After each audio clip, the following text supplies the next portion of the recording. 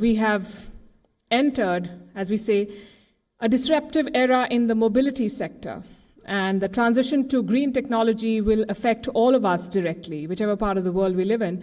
It comes with new opportunities, new technology, and a promise of a cleaner and greener tomorrow. E-mobility, I have to say, is a rather exciting idea, and there's a lot to discuss there. So without any further delay, allow me to introduce you to Session 3 of the WION Climate Summit.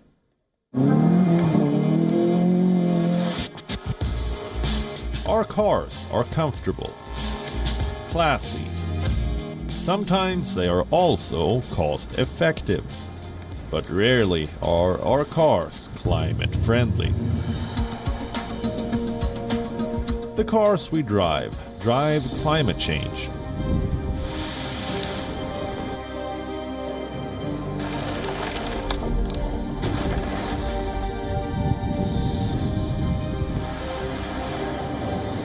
Transport accounts for 21% of carbon emissions.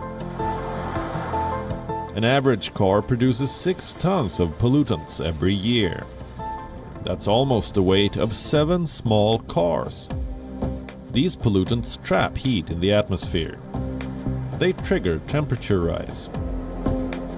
We know how this story ends.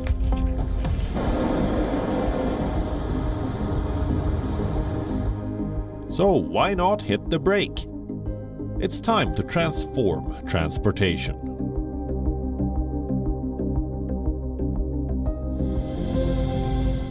Session 3, Beyond Mobility. The dialogue partners for this session are Caspar Rawles, Chief Data Officer of Benchmark Mineral Intelligence. Mahua Acharya, MD and CEO of Convergence Energy Services Limited. Svein Tveitdal, Director of Klima 2020. Moderating this session is Jasper Reid, News Presenter at WION.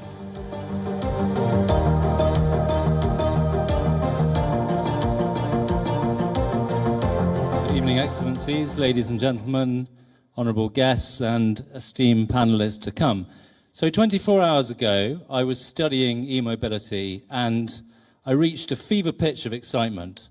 I found out that in 20 years' time, half the cars in Europe will be electric vehicles, despite 1.5% of them today being internal combustion engines.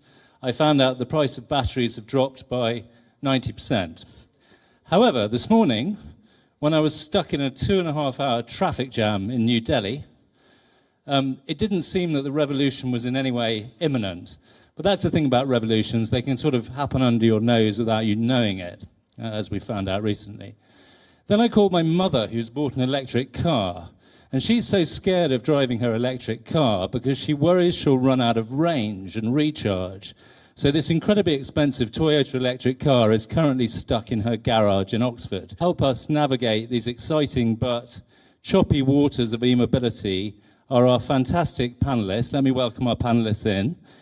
First of all, we welcome Mahua, who's the MD and CEO of Convergence Energy Services, a government-backed institution of India that's enabling e-mobility around the country. Welcome to Mahua. Thank you. Thank you, Jasper. Thank you so much for having me at this event. We're delighted to have you, and we'll bring you all in a second. Secondly, welcome Caspar Rawles. Now, Caspar is particularly interesting in this session because Caspar, as the Chief Data Officer of Benchmark Mineral Services, knows everything there is to know about the components and the chemistry of batteries. Welcome to Caspar. Thank you, Jasper. And finally, a veteran and icon of climate change and the environment, Svein Tveitdal, Director of Klima 2020, joining us live from Norway. Welcome to you, Sven. Thank you very much for having me. We're delighted to have all of you, and we're delighted to have the guests here. This is the sort of graveyard shift, as they call it, so I'll wander around and hopefully make this a little higher energy. Question to everybody in the audience. Who understands the workings of an internal combustion engine? No? No one? Who understands the workings of a battery-operated electrical vehicle or EV? Right. Well, good news is on hand, and we're going to start this debate with Caspar, who knows everything there is to know about the chemistry of batteries. So before we get going and we wander through this debate with your help and with the panelists' help, we're going to ask Caspar Rawles to explain to us the basics of what powers the powertrain of an EV. We know that half of the cost of an EV is a battery, and so Caspar's going to unpack the chemistry and the engineering of the battery. Over to you, Caspar. Thank you, Jasper. Just to say thanks to you and the WION team for inviting Benchmark to take part in this event. So when we're talking about lithium-ion batteries, I think you can think of, I think most people have heard of lithium-ion batteries and think of that as the platform technology that will enable all of this. But actually, within lithium-ion itself, there's a number of different battery chemistries or flavors, recipes, however you want to look at it. And most of that variation is within the cathode. So there's two parts. There's the anode and the cathode within the lithium-ion battery, and the cathode is where you see the biggest variation. Now, when we're talking about mobility, there's two main chemistries really that we need to focus on. One of those is called LFP, or lithium iron phosphate. That is that contains the cathode contains lithium and iron phosphate, funnily enough. And that is kind of a cheaper in terms of cost of raw materials battery. And it's a very good, stable technology. It's been around for a long time, but it's slightly less energy dense than the other chemistry I'm about to talk about, which means that for the same volume of pack, you drive a slightly shorter range. Now, there's ways around that. It is a popular chemistry, but that's one. And the other one that we need to focus on is like a nickel-based chemistry. And these are called NCM, nickel, cobalt, manganese, or NCA, nickel, cobalt, aluminium. And that's what they're made up of. And those chemistries are more energy dense. So you can drive a larger range for the same volume of cell. Volume is what is important in an EV, and weight.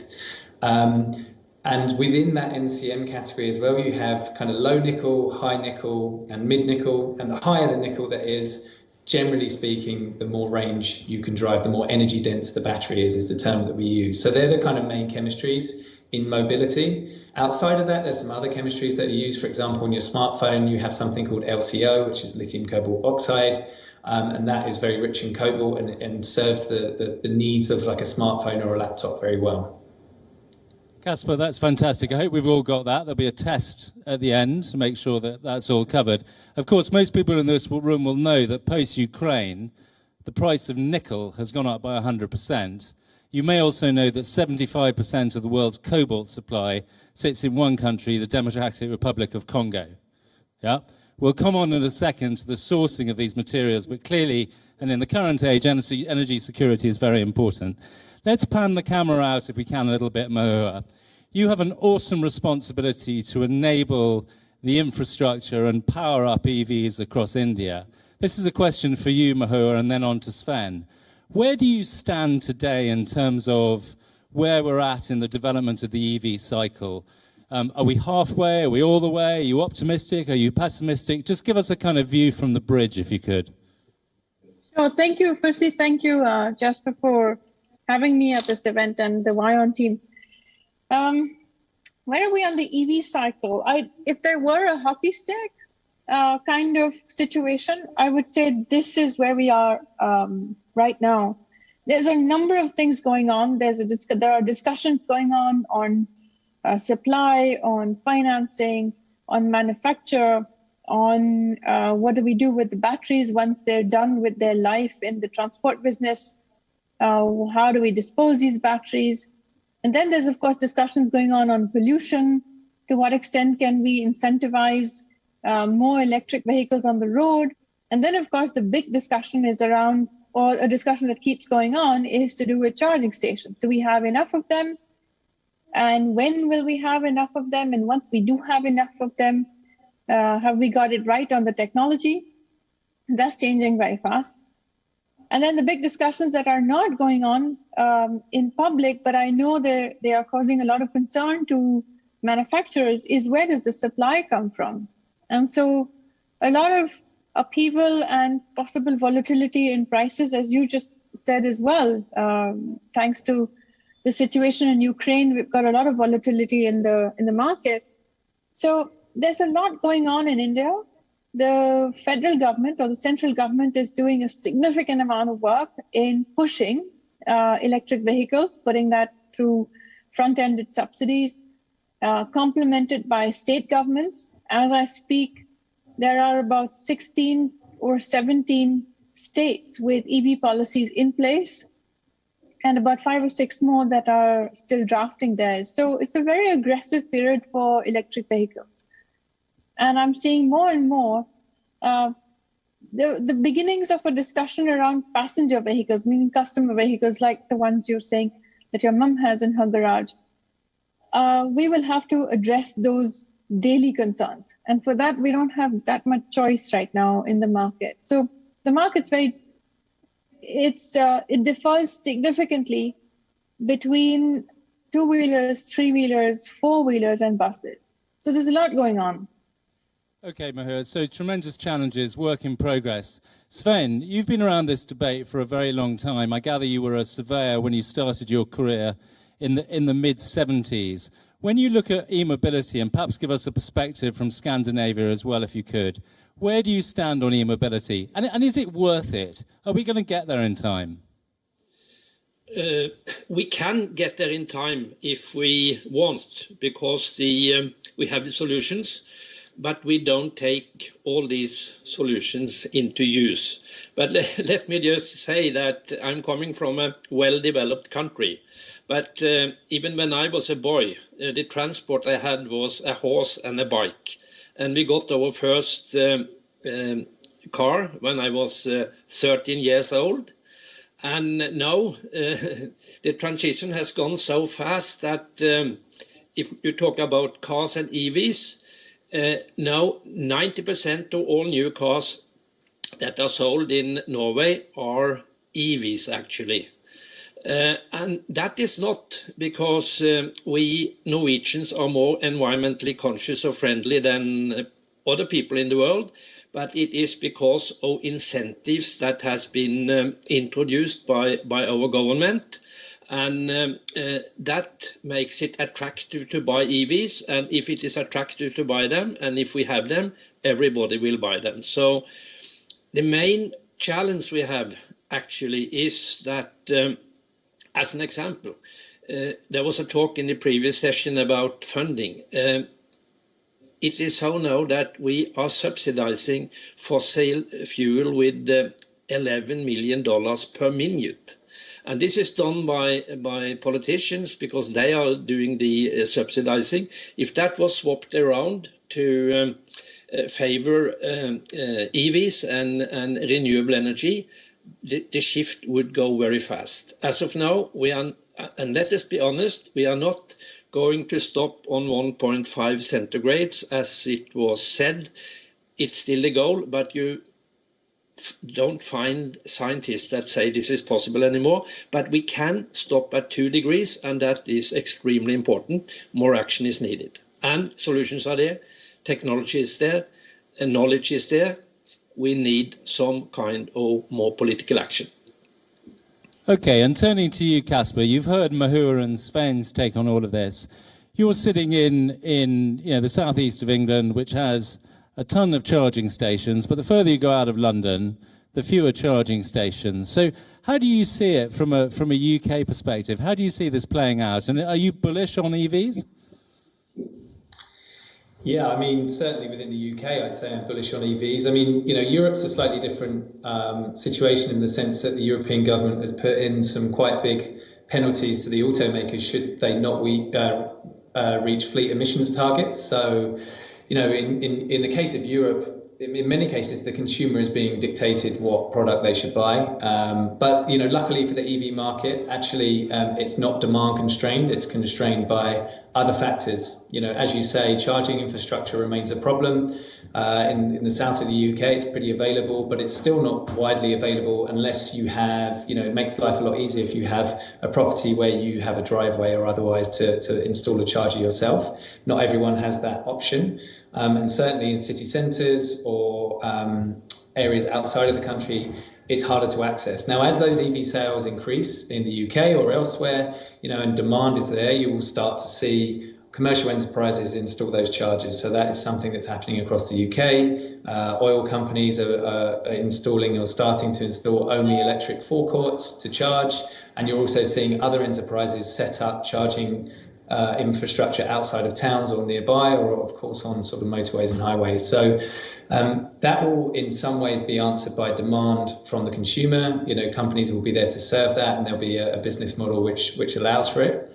And then of course, you know, the other side is actually ensuring that the consumer has access to those EVs. And the problem, as I said, is not demand, it's actually the other side, it's supply. So supply of raw materials, supply of things like lithium or cobalt or nickel in the right form needed for batteries, and also then fundamentally capacity to convert those minerals into chemicals and lithium-ion batteries and into EVs. So yeah, I think, you know, the charging infrastructure is a problem at the moment, but that's being improved upon, and there's a number of different solutions to that.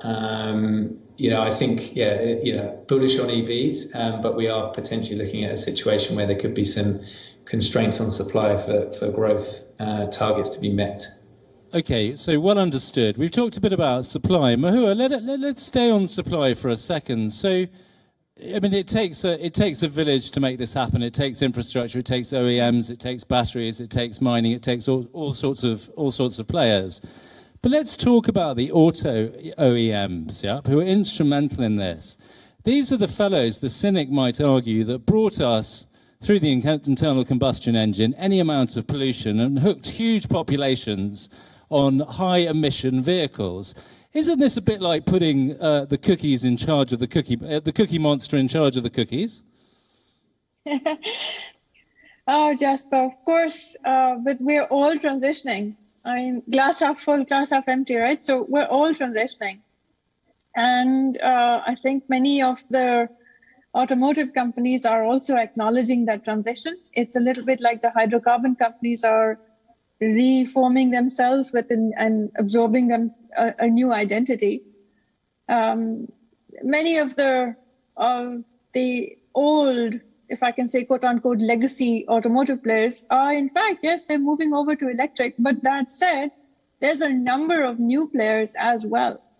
And that's quite encouraging to see, that we're not only just dependent on a handful of legacy players who have the experience, they have the bandwidth, they've got the balance sheets.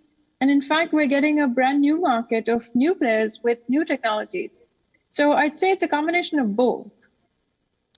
Okay, fair enough. And if we expand out a little bit from this, Sven, you know, central to the argument around EVs is that they will reduce the carbon footprint, right? But there is a debate out there about whether EVs are truly sustainable. Once you've manufactured the EV from coal-fired power stations and taken your battery halfway around the world, wouldn't the cynics say that the jury is out as to whether these things do have a lower carbon footprint?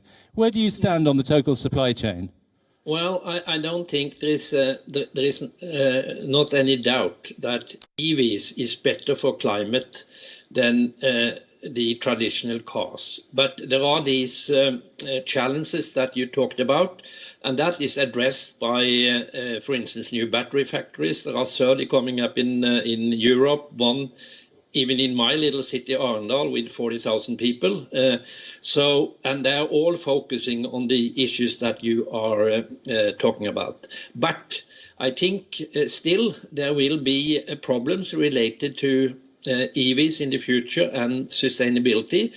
And I think after some time, I think hydrogen is coming as a solution, but that are some years to go. But that is a more clean solution than EVs of today. And of course, they need to be fed with renewable electricity. So challenges are there, but should we stop at 2 degrees, as I mentioned a little bit earlier, then we need to take into use this solution for the time being. I don't think there is any doubt about that. And again, status in the world, only 1% of the cars are electric as of now. So the transition is not going fast enough, and it has to be speeded up. And Sven, you mentioned hydrogen, and it's a futuristic technology, though moving fast. Do you see that as entirely compatible with battery-driven EVs, or do you think that it will make battery-driven EVs redundant? Well, what I think is that we have had the traditional car for so many years. Then we now go into a period where the EVs will be the current solution. And then later on, there will be a transition to hydrogen. But I also think that, say, a country like India, where there are so much knowledge, expertise, and so forth, maybe could think about leapfrogging this so that they could take into use hydrogen solutions maybe a bit earlier than if they don't focus that in that direction. And I think that would be good for India and also for emissions. Well, that's a good challenge for Mahua. Mahua, I'll come back to you in a second. Caspar, just staying on one of the key elements of this, of course, which are the elements themselves. We've seen through the dramatic increase in the price of nickel and the dependency on certain countries that there are very considerable risks here. What would your advice be to countries like India or anywhere, frankly, in the world in terms of developing the upstream supply of those minerals and exploiting them and balancing out the whole economics of this? Because it's not free to get into that, of course. Sorry, you did break up a little bit there. I heard that it was about the minerals and the availability and dependence on them, but I didn't catch the last bit of the question. Well, very specifically, as an example, and I'm an English literature graduate, not a chemist, so treat me like a child. But if India wanted to develop its cobalt or its nickel industry, should it? Could it? What's involved?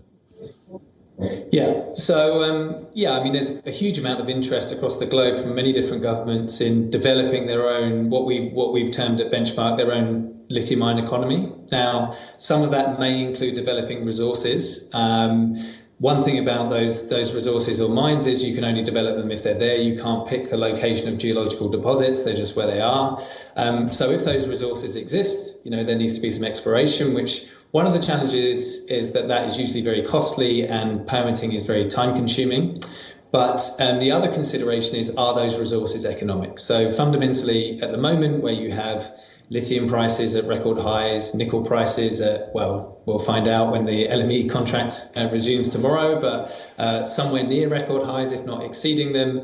Cobalt prices are very high. Obviously, many deposits become economic, but fundamentally, whether it's 5 years' time or 10 years' time, those prices are going to go back down. So is it worthwhile for a country to develop its resources? Well, where are they on the cost curve is the question that you need to ask. Now, there's two things to keep in mind. Is ideally you want to be at the bottom of that cost curve, which means that your resources are the cheapest to produce on a global basis.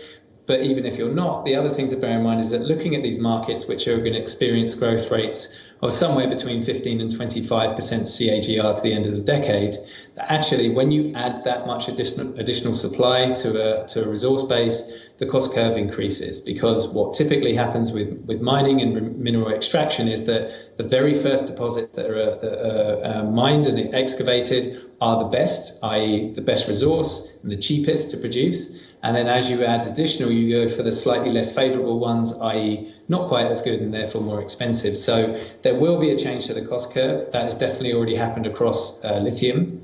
And that will likely happen across the other minerals as well, as we need to add, as I say, somewhere between 15 and 25% growth rates annualized over the next 10 years for all of these markets. But, I guess the really fundamental thing is security of supply. So actually getting access to these minerals. You don't have to do that by developing a domestic mine. You can set up agreements with other regions. You can attract commercial enterprises to your country that will secure those minerals not on your behalf, but as a commercial enterprise will secure those minerals, and then theoretically you get access via proxy. So there are kind of many ways to deal with it. Perhaps for some regions, yes, developing domestic mines and resources works, but I think as a very, very minimum, you need to ensure that you have the midstream supply, so chemical processing and refining, cell production, EV or vehicle production, and then finally, of course, a really important part is the recycling, because if you don't have those minerals domestically and you're importing them,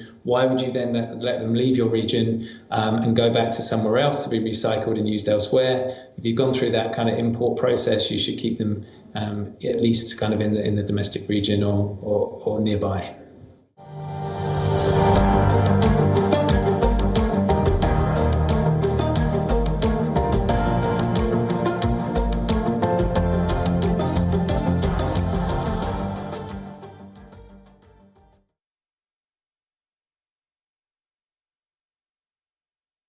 Consumer being persuaded that it's all worth it. Mahua, talk to us a little bit about how you see that three-way shuffle happening and what you see the challenges are, whether it's in India or elsewhere. And are there countries, from let's say from an India standpoint, that you think manage that three-way transaction particularly effectively? So three parts to that question. I would add in your business category, I would add financiers. We don't, at least in India, we don't have an active debt market for electric vehicles. Our banks, or at least our mainline banks, are still conservative and apprehensive to lend to this new sector.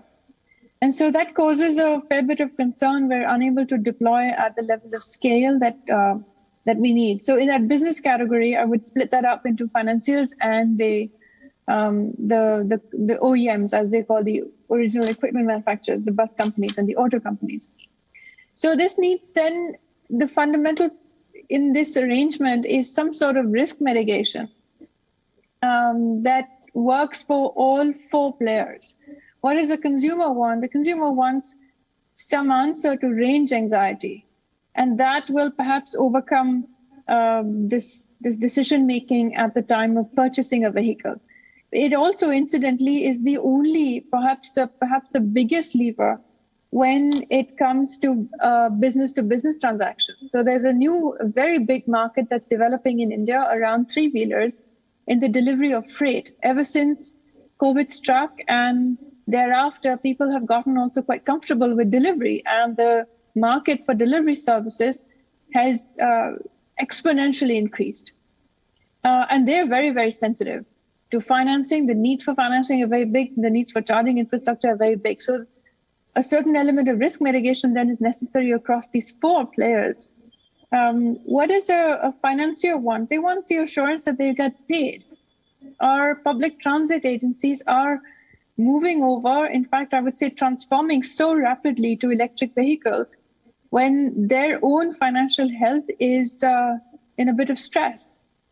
And that causes, of course, concerns, and it restricts the depth of this market. In India, we don't have financiers that back buses other than normal banks that do corporate finance. So we've got a number of things to be worked out there. Is there experience from the rest of the world? I can't say that. I think there are things to borrow from in terms of lessons from other countries. We're constantly looking to see who has got it right with subsidies and with what sort of subsidies.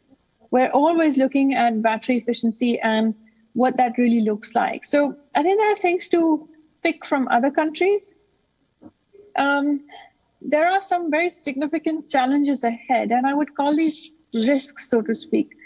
I think there was some discussion around supply. Where will our supply come from? We don't have as much supply, not just risk around supply and purchase of minerals, but also just in the supply chains. We don't have as much supply of the other equipment or manufacturing abilities.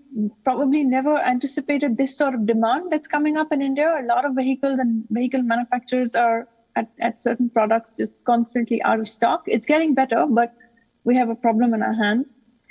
We have to very quickly set up a recycling economy. Perhaps it was Sven that mentioned that, but that needs to start to give a signal to the market that there will be a proper market for things like reuse batteries once they're done with their transportation life.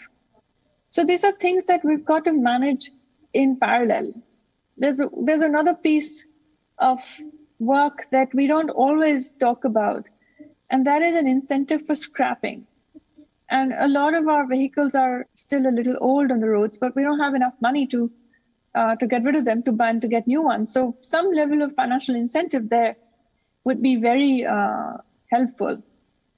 So a number of different sort of answers to your tri-party question. I think that had 4 sections in it, key to which I would say is just risk mitigation, just understanding what each needs and figuring out some sort of an arrangement to address that risk. Okay, got it. Work to do. Sven, let's turn to you. The world often looks at Scandinavia and believes that government, business and the consumer all exist in happy union, all three happy children in the bed together. Is this true? When it comes to EVs, is it true? We are not right there now, but on EVs we have done a lot. On oil exploration, we still want to continue and exploit more oil than the world can have to reach goals. But take it from the individual perspective. As we have so many new EVs in Norway now, I can say that I don't know any Norwegian that would like to buy a traditional car when they have used an EV car as their first car. So there is no doubt about that. The individuals, they would like to go for EVs if they are not too expensive and whatsoever. So if we had time, we could have left all these complex questions to the market, because then we would have these EVs there not in maybe 10 years, but in 20 or 30 years. But currently, the global temperature is increasing by 0.2 centigrades per decade. So we don't have that time. And that means that, and if you then go to the business, they will produce more if they have the incentives, but those incentives are not there. So unfortunately, there is a need for the politicians to make the market function, and we are not there yet. So, but I think that will be needed. That will be needed in the international climate negotiations and so forth. And the other panelists here that talked about funding and so forth, it is of course clear that we that live in the rich world have to help this transition to go fast in the developing world, and I talked about even leapfrogging. But if you go to another part of the world that will, in the end of the century, be 3 billion people or more, Africa, I think they are in a even more challenging situation than India today, that I think have the resources to deal with this issue in a much better way, and also make that part of their economic development positive. Well, I mean, it's an awesome achievement, what's happened in Norway. I wish there were more Norwegians on my work run this morning. Maybe you should come over here and start driving around. But there is one thing. We've heard from everybody that this is literally a burning platform. Aren't we faffing around here a bit, Sven? Right? You talk about provocations, we talk about nudging people, etc.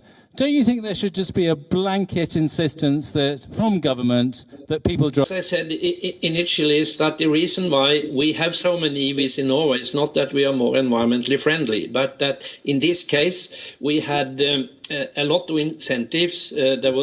We could park for free, we could take the taxi lane, there was less tax and so forth, and that was sufficient so that it was a good economic choice to buy an EV. But if you now go back to the politicians in Norway and ask, because it has had a cost, if you go back to them now and think that they did the wrong thing 10 years ago and they boosted this, everybody will say that we did the right thing. So that is something that maybe other countries can learn from. Fair enough. Just a quick announcement. For those waiting, the Honourable Minister Nitin Gadkari, he's slightly delayed, but he is on his way. So if you can just put up with us for a little while longer in this fascinating panel. Caspar, let's turn to you. Why do people, and I know we've talked very much about cars and vehicles, we haven't talked about aviation, maybe we'll have a bit more time on that. But when it comes down to the consumer purchases, there are those, let's say, in places like Norway where the purchase might be a lot to do with motherhood and apple pie, doing the right thing, a social conscience, all those things, right? For others, it's not that simple. And if life was that simple, we wouldn't, there'd be no sin in the world. But to cut to the chase, Caspar, how do we get consumers to get more vavavoom out of this purchase? How do we put sex appeal into these EVs, right? How do we sell them in the way that Louis Vuitton sells handbags? Because at the moment, you get the sense when I talk to consumers that it's not that an exciting purchase. It might be a morally right purchase. What's your view on all that? I guess it depends on what you buy. If you buy a Tesla Model S Plaid, fastest production guy ever made, I mean, that's pretty appealing to some people. But I think fundamentally, as you say, we're talking about incentives and incentivizing people to buy the cars. The thing to think about, and I mentioned it earlier, what we're seeing in terms of like EV sales and demand is there is no demand constraint. The constraint at the moment is the upstream, is the supply. And if governments actually think that incentivizing via financial methods or otherwise could get us there quicker, that's great. But the challenge is that the supply chain is not going to be there to supply the minerals or supply, there's going to be some kind of component constraint. Now, we've seen how that plays out to some extent with the semiconductor shortage, which has meant that automakers more generally haven't been able to produce the cars they hoped. And I think, that's not the only solution. There's many, many pieces of this whole supply chain that need to happen all together to be able to get to the targets that we're hoping for. Now that, part of that is incentives, that definitely helps. And as we've been discussing on the panel, that's definitely helped in Norway and being a major part of it. But also you need solutions across the value chain. So attracting refining capacity, attracting cell manufacturers, attracting investments into raw materials and mines. There's many pieces to make this solution come together. So I don't know if it's a case of necessarily making it more appealing. I think, as I say, demand is pretty good. There's a lot of social conscious out there, as you say, in terms of doing the right thing and buying that more sustainable option. But you need a huge amount of work across global governments, private industry and consumers to get to where we want to be, which is of fundamentally reducing the impact of climate change as quickly as we can.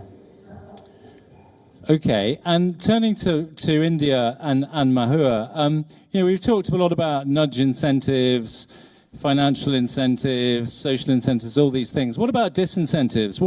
Why do we drive around and see single people driving large cars? Why aren't we forcing people to put 4 people in a car or making them cycle to work and all that? Aren't we actually making the problem bigger by insisting on everybody having cars and scooties? No, it's a very difficult situation, especially since many of our cities in India are still relatively unplanned. We also don't have a social system where people would want to go want to walk to office. For the most part, the weather conditions are not perfect. They're not conducive. There are pockets in the country where cities are, in fact, doing more things like sidewalks, building more public transit. But then because, again, our cities are relatively unplanned, even inserting public transit is a very difficult and challenging exercise. So in the middle of that, and especially when a country that's breaking out of poverty at levels constantly, this social aspiration of owning a car is difficult to get past. So one has to deal with that reality that people are going to move into cars. They're going to move in from two-wheelers into vehicles. And so we, at some level, I think you just have to accept that reality that is going to happen. Now, in parallel, we build things like public transit. We urge people to walk, but really that's it's not likely to happen as much. And we do several other things as well. But quite frankly, and quite honestly, I think this system in some of these countries and in some of these densely populated countries, in some of these countries that are slightly less organized, and for example, compared to Scandinavia or in fact anywhere else in Europe, the reality is that you have to work in that system. And so one relies on the market. One, of course, waits for the government. The government is still very much at the wheel. But one relies then quite heavily, when it comes to deployment, one relies on the market. So we rely on market incentive. The cost of diesel is volatile right now. And right now, as we all speak, it's very bad. And the cost of petrol is only going up. And so as consumers, and by consumers, I don't just mean individuals, but also businesses, as they get more and more sensitive to this, I think some of the shift will just come naturally. So I'm a big proponent generally of having the market pick up something without, of course, losing sight of things that we should be doing, including making our cities a lot more, better planned and more conducive to public transit and clean public transit.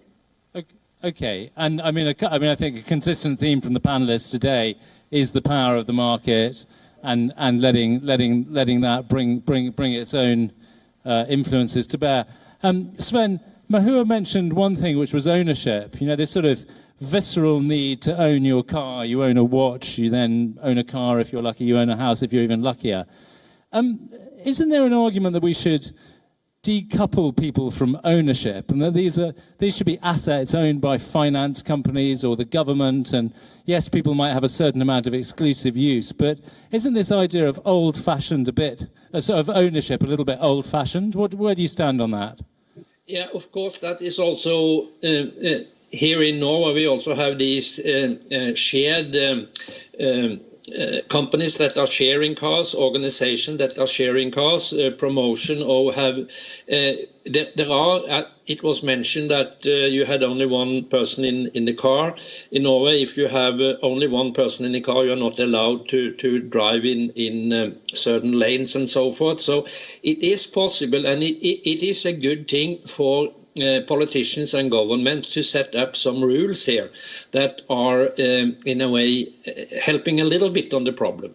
But that is not the key solution. The key solution, I think, is, as we have discussed in this program, now when it comes to transport, to electrify it as soon as possible, and that need political action because the market is not working fast enough. And then I believe, but I'm not sure when and the timing, that the next phase after that would be the hydrogen, and I think that probably will maybe come sooner than we might expect.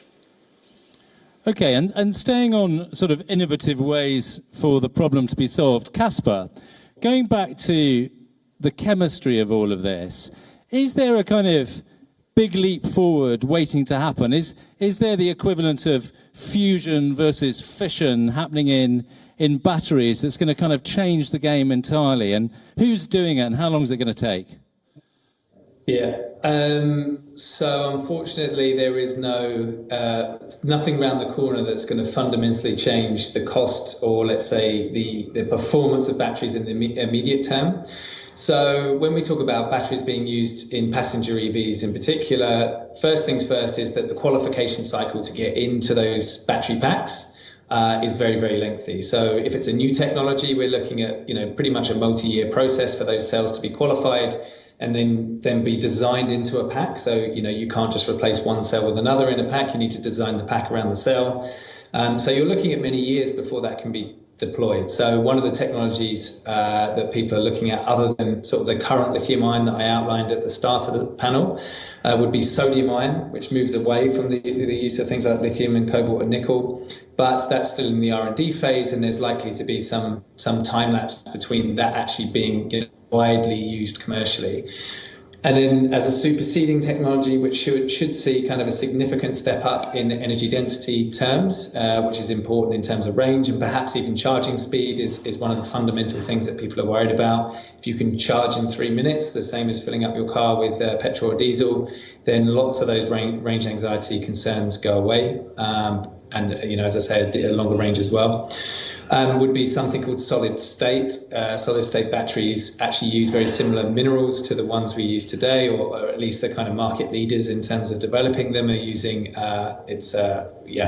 cathode containing nickel, cobalt, manganese. And then the big change is the anode. At the moment, the plan would be to use lithium metal, and that would replace something like natural or synthetic graphite. So There's a number of different companies developing that all over the world. There's many, I guess, the kind of household name that people perhaps are aware of is a company called QuantumScape. But there's many companies developing that, and that's actually still something which has a long R&D road to go down before it's to be deployed, or in our opinion anyway, to like widespread use in like commercially in EVs in particular, where you know cost is a very important metric. So we're looking at that being used sort of later in the decade, towards the 2030s. So yeah, unfortunately, there's nothing around the corner that's going to fundamentally change these supply chains. Partly because of the long qualification requirements. If you think about recalls in the auto industry and the cost associated with those, particularly with something like a battery pack, which is, if you think the cathode makes up 50% of the cost of the cell, and the pack about 40% of the cost of the vehicle, so it would be a very costly recall. So there's lots of trepidation in deploying untested technologies. Okay, but nonetheless.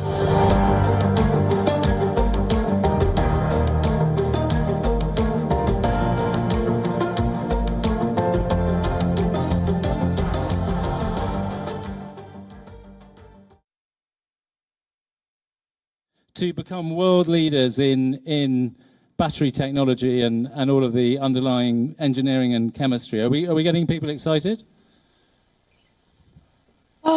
Jasper, I think we've started that discussion, and like everything, these discussions are still very much scattered. Some of our engineering schools have set up EV cells.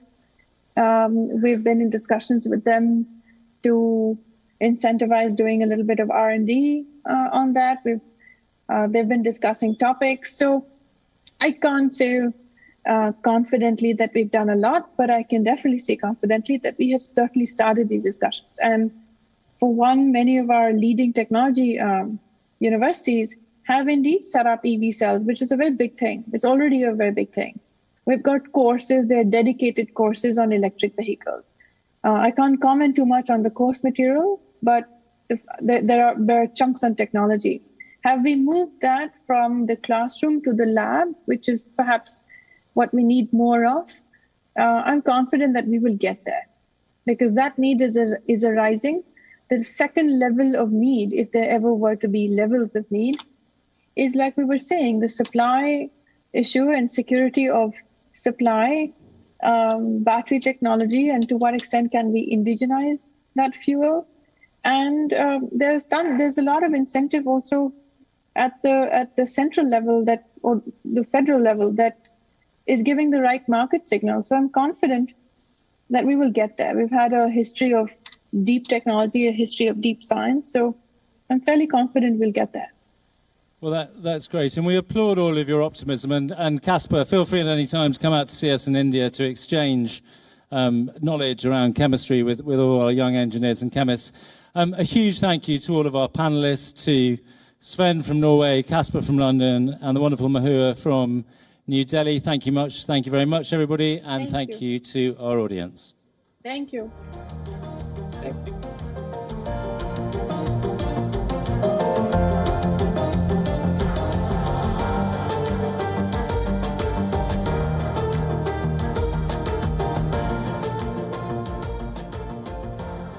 Thank you very much for another engaging and very detailed discussion.